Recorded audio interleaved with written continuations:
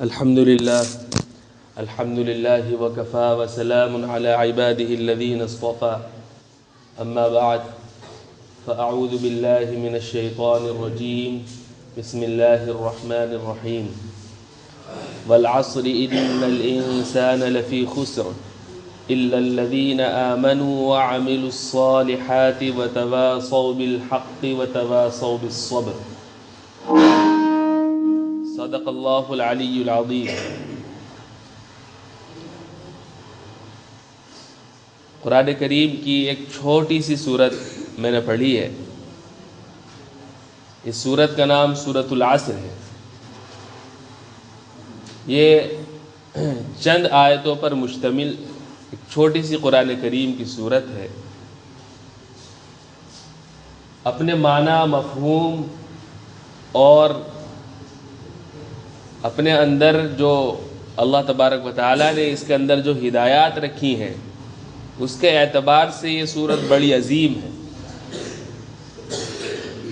حضرت امام شافعی رحمہ اللہ جو بڑے امام گزرے ہیں، وہ فرماتے ہیں کہ اگر قرآن کریم میں صرف یہی صورت نازل ہوتی اور پورے قرآن میں اس کے علاوہ کوئی اور صورت، کوئی اور آیت نازل نہ ہوتی تو ساری انسانیت کی ہدایت کے لیے کافی تھا۔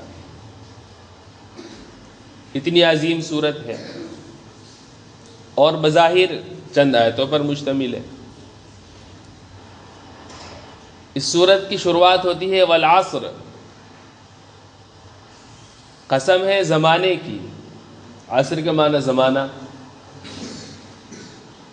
اللہ تبارک و تعالیٰ جب کسی چیز کی قسم کھاتے ہیں، قرآن کریم میں مختلف چیزوں کی قسم کھائی گئی ہے، جب اللہ تبارک و تعالیٰ قرآن کریم میں کسی چیز کی قسم کھاتے ہیں تو اس چیز کی اہمیت اور اس چیز کی عظمت اور اس چیز کی بڑائی کو بتانا اور جتلانا مقصود ہوتا ہے کہ جس چیز کی قسم کھائی جا رہی ہے وہ بڑی عظیم ہے، بڑی قابل قدر ہے۔ اب زمانہ بہت عظیم چیز ہے، اللہ کی بڑی عظیم نعمت ہے۔ ظاہر سی بات ہے، ہم دنیا میں رہتے ہیں، زمانے میں رہتے ہیں، وقت میں رہتے ہیں۔ اسی وقت میں ہمارے ساتھ ساری خوشیاں بھی لگی ہوئی ہیں، اسی وقت میں ہمارے ساتھ ساری نعمتیں بھی لگی ہوئی ہیں، اسی وقت میں ہمیں غموں کا سامنا بھی کرنا پڑتا ہے، اسی وقت میں ہمیں مختلف بیماریاں بھی پیش آتی ہیں، اچھے برے حالات سے بھی سابقہ ہوتا ہے، اور مختلف دنیا میں انسان کے اوپر جتنا کچھ گزرتا ہے، اچھے یا برے حالات، نعمت، خوشی، فرحت، سرور، مسرت، غم وغیرہ وغیرہ، سب دنیا میں ہی ہوتے ہیں، سب زمانے میں ہی ہوتے ہیں۔ اس لیے اللہ نے کہا کہ یہ بڑی عظیم چیز ہے، اس کو سمجھیں۔ پھر یہاں پر یہ بھی سمجھیں آپ کہ اللہ تبارک و تعالیٰ نے زمانے کی قسم کھائی ہے، لیکن مسلمانوں کو اللہ کی ذات یا اس کی صفات کے علاوہ کسی اور چیز کی قسم کھانا جائز نہیں ہے۔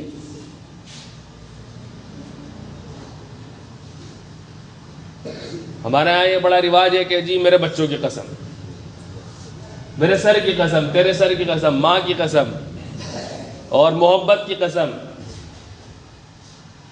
اور فلاں چیز کی قسم، فلاں چیز کی قسم۔ جتنی قسمیں ہیں ان کی کوئی حیثیت نہیں ہے۔ اللہ کے علاوہ کسی بھی چیز کی قسم کھانا گناہ کبیرہ ہے، یاد رکھیں۔ اگر بہت ضرورت پڑ رہی ہے کسی چیز میں یقین دلانے کی کسی کو، اور آپ کی بات پر کوئی یقین نہیں کر رہا ہے اور آپ اپنی بات میں سچے بھی ہیں اور بہت مجبوری کا سامنا ہے، تو اس وقت آپ اپنی بات پر اعتماد پیدا کرنے کے لیے اللہ کی قسم کھا سکتے ہیں، بس، اس سے زیادہ نہیں۔ اور جتنی واہیات قسم کی قسمیں ہمارے درمیان میں رائج ہیں، باتوں باتوں پر خدا کی قسم بھی کھانا صحیح نہیں ہے۔ ذرا سی بات ہو گئی خدا کی قسم، ذرا سا کچھ معاملہ ہوا اللہ کی قسم، ذرا سا کچھ اچھا چلو یہاں تک، اس کے بعد میں کچھ اور ہو گیا کہ ماں کی قسم، سر کی قسم، بہن کی قسم، فلاں چیز کی قسم، یعنی قسمیں اس قدر ہیں جتنا ہم سب خود ہیں۔ جان کی قسم۔ شریعت میں ان قسموں کی کوئی حیثیت نہیں ہے، بلکہ غیر اللہ کی قسم کھانا سخت گناہ کی بات ہے۔ ہاں البتہ اللہ تبارک و تعالیٰ نے قسم کھائی ہے، اللہ تبارک و تعالیٰ سے کون پوچھنے والا ہے؟ احکام کا مکلف تو ہم ہیں، اللہ تبارک و تعالیٰ تو نہیں ہے۔ اللہ ہمارا خالق ہے، اللہ نے ہم کو شریعت دی ہے، اللہ جو کہے گا ہم کریں گے۔ اللہ تبارک و تعالیٰ کیا کرتا ہے کوئی پوچھنے والا اس سے نہیں ہے۔ لا يسأل عما يفعل وهم يسألون، جو اللہ تبارک و تعالیٰ کرتا ہے اس سے پوچھا نہیں جائے گا، البتہ لوگوں سے پوچھا جائے گا جو وہ کریں گے۔ ہم مکلف ہیں، اس لیے ہمارے لیے اللہ کے علاوہ کسی اور کی قسم کھانا جائز ہی نہیں ہے، خوب یاد رکھ لیں۔ خیر، اللہ تبارک و تعالیٰ نے زمانے کی قسم کھا کر کہا ان الانسان لفی خسر، کہ دیکھو جتنے بھی انسان ہیں دنیا کے اندر، سب ایمان والا ہو غیر ایمان والا ہو کوئی بھی ہو، سب کے سب خسارے میں ہیں، نقصان میں ہیں، ٹوٹے میں ہیں۔ اب ظاہر سی بات ہے کہ انسان ہی اس کائنات میں ایک اللہ کا شاہکار ہے، اللہ کے عظیم ترین مخلوق ہے، اللہ کی اشرف ترین مخلوق ہے، سب سے زیادہ افضل انسان ہے۔ انسان کے بارے میں کہا جا رہا ہے کہ سارے انسان نقصان میں ہیں، لفی خسر، ان الانسان لفی خسر۔ اب خسارے میں رہنا تو عقل مندی کی بات نہیں ہے، نقصان میں رہنا عقل مندی کی بات نہیں ہے۔ کسی کاروبار میں اگر نقصان ہو جاتا ہے، انسان 100 مرتبہ سوچتا ہے کہ نقصان ہو گیا، اب اس سے کیسے نکلنا ہے۔ کسی اور چیز میں نقصان ہو گیا، پتہ ہے اس راستے پہ چلنے میں ہمیں نقصان ہے، تو اس راستے پر چلتا نہیں آدمی۔ تو کسی بھی انسان کو نقصان میں رہنا عقلی اعتبار سے پسند نہیں ہے۔ وہ چاہتا ہے کہ میں نقصان میں نہ رہوں، میں ٹوٹے میں نہ رہوں، میں خسارے میں نہ رہوں۔ اس خسارے سے نکلنے کی کوئی صورت ہونی چاہیے۔ تو اس خسارے سے، اس نقصان سے نکلنے کی کیا صورت ہے؟ اللہ تبارک و تعالیٰ نے 4 باتیں بیان فرمائی ہیں اس اگلی 2-3 آیتوں میں، کہ جو ایک کا 4 کام کرے گا وہ نقصان میں نہیں ہے، بس اس کے علاوہ سارے انسان نقصان میں ہیں۔ کیا ہے 4 بات؟ سب سے پہلی بات الا الذین آمنوا، سب سے پہلی بات یہ ہے کہ ایمان لے آؤ۔ اگر ایمان نہیں لائے تو ممکن ہے کہ دنیا میں ذرا سے مزے آ جائیں گے، اور دنیا کی زندگی ہے ہی کتنی بڑی، جتنی بڑی ہے وہ بھی بڑی نہیں ہے، ذرا سی وقت میں ختم ہو جاتی ہے۔ 60-70 سال کا کوئی شخص ہے، اس سے پوچھو اپنی زندگی کی داستان سناؤ، 1 گھنٹے میں ساری ختم کر سکتا ہے۔ وہ کیا ہوتا ہے، گیا وقت وہ تو گزر جاتا ہے۔ سب سے پہلے جو نجات کا ذریعہ ہے، کامیابی کا زینہ ہے، سیڑھی ہے پہلی، وہ ہے ایمان۔ اس کے بغیر کچھ بھی نہیں ہے۔ اور اس دنیا میں سب سے زیادہ عظیم چیز اگر کوئی چیز ہے تو وہ ایمان ہے۔ اور ایمان کا مطلب یہ ہے کہ اللہ کے نبی صلی اللہ علیہ وسلم نے جن چیزوں پر ایمان لانے کے لیے کہا ہے، جو ہماری دین کی ضروریات ہیں، ان سب پر صحیح عقیدہ رکھنا، اللہ تبارک و تعالیٰ کو مانے، اس کے ساتھ کسی کو شریک نہ ٹھہرائے، تمام انبیاء اور رسول کو مانے، اور آخر میں جناب محمد مصطفیٰ صلی اللہ علیہ وسلم کو اللہ کا آخری رسول اور پیغمبر مانے، قیامت پر ایمان رکھے۔ اس کے علاوہ جو ضروریات دین ہیں ان سب پر ایمان رکھنا، یہ ایمان ہے۔ تفصیلات تو اس کی بہت ہیں۔ تو سب سے پہلی بات ہے کامیابی کے لیے الا الذین آمنوا، ایمان، صحیح عقیدہ۔ اور محض ایمان بھی مکمل کامیابی کے لیے ذرا سا مشکل ہوتا ہے، اس کے لیے ہے وَعَمِلُوا الصَّالِحَاتِ۔ دوسرا عمل ہے وَعَمِلُوا الصَّالِحَاتِ۔ ایمان لانے کے بعد میں ایسے ہی نہیں بس آدمی رہ جائے، بلکہ اچھے اعمال کرے، عمل صالح کرے۔ عمل صالح کا مطلب ایک تو ہوتا ہے کوئی بھی عمل، کوئی بھی کام کر رہا ہے آدمی وہ عمل ہے، لیکن نیک عمل، اعمال صالحہ کا ذخیرہ آپ کے پاس ہونا چاہیے کامیابی کے لیے۔ اور یہ کامیابی دنیا کی بھی اور آخرت کی بھی ہے، دونوں کی ہے۔ عمل صالح کسے کہتے ہیں؟ نیک عمل وہ ہوتا ہے جو شریعت کے مطابق ہو اور سنت طریقے پر کیا جائے۔ شریعت اور سنت کے مطابق ہمارا جو عمل ہوگا وہ عمل صالح کہلائے گا۔